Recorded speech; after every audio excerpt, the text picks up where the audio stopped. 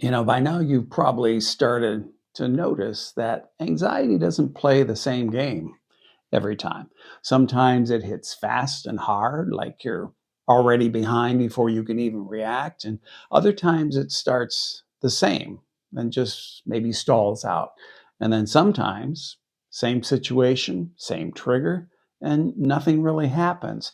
And that's when it gets weird because now it's not just, what the hell's going on here? Now it's, why didn't it hit me like it usually does?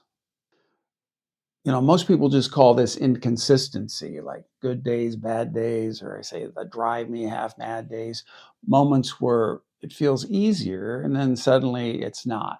So it starts to feel random, like it's got a mind of its own, like it just shows up whenever it wants and does whatever it wants. But if you slow down and really look, you'll start noticing something that's a little strange. The pattern was always there. It's just not where you've been looking. And this is where things start to click. So anxiety isn't random. Something under the surface is shifting, not the situation, not the environment, not even the trigger. It's something most people never think to look at. And that's the state that your system is in before anything even happens.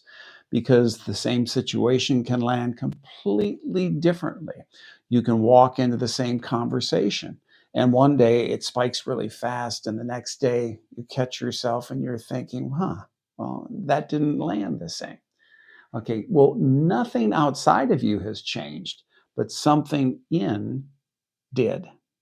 So most people go straight to, what caused this or what triggered this or what was I thinking because that feels logical. If something really hits you hard, you look for the cause. But that's where people get stuck because those reasons aren't actually what decides how it plays out.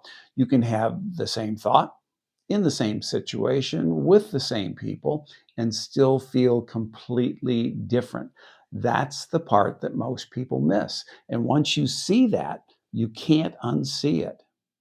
What it really comes down to is the state that your system is in right before the thought, right before the reaction, before it even starts building, really. How activated are you already? How on edge your system is, and how much it's already carrying. If you're already elevated, it doesn't take much. It can ramp up a lot faster, hit harder, and feel more real, like it's already in motion before you can stop it. But if your system is more settled and more calm, you might still notice it, but it doesn't take the wheel. And this is the shift that most people are chasing without realizing it. Recognition, this is where things start to change. You feel the beginning of it, but it doesn't spiral. You notice the thought, but instead of getting pulled in, you pause and it's like, oh, that didn't grab me the way it used to. The reaction starts, but it settles before it builds. And that's not random. That's your system working differently. And once you recognize that, it stops feeling like chaos. And this, my friends, is what recalibration actually looks like. Not dramatic, not instant, but real. The system isn't reacting differently by chance, it's functioning differently so that the same input creates a different outcome. Same trigger, different reaction. Same moment, different result. And over time, those differences really start to stack up and the loop loosens. The spike doesn't climb as fast. You come back quicker. And it's not because you forced anything, but because something deeper changed. And remember that anxiety doesn't change because you try to force it. It changes because the conditions around it are different.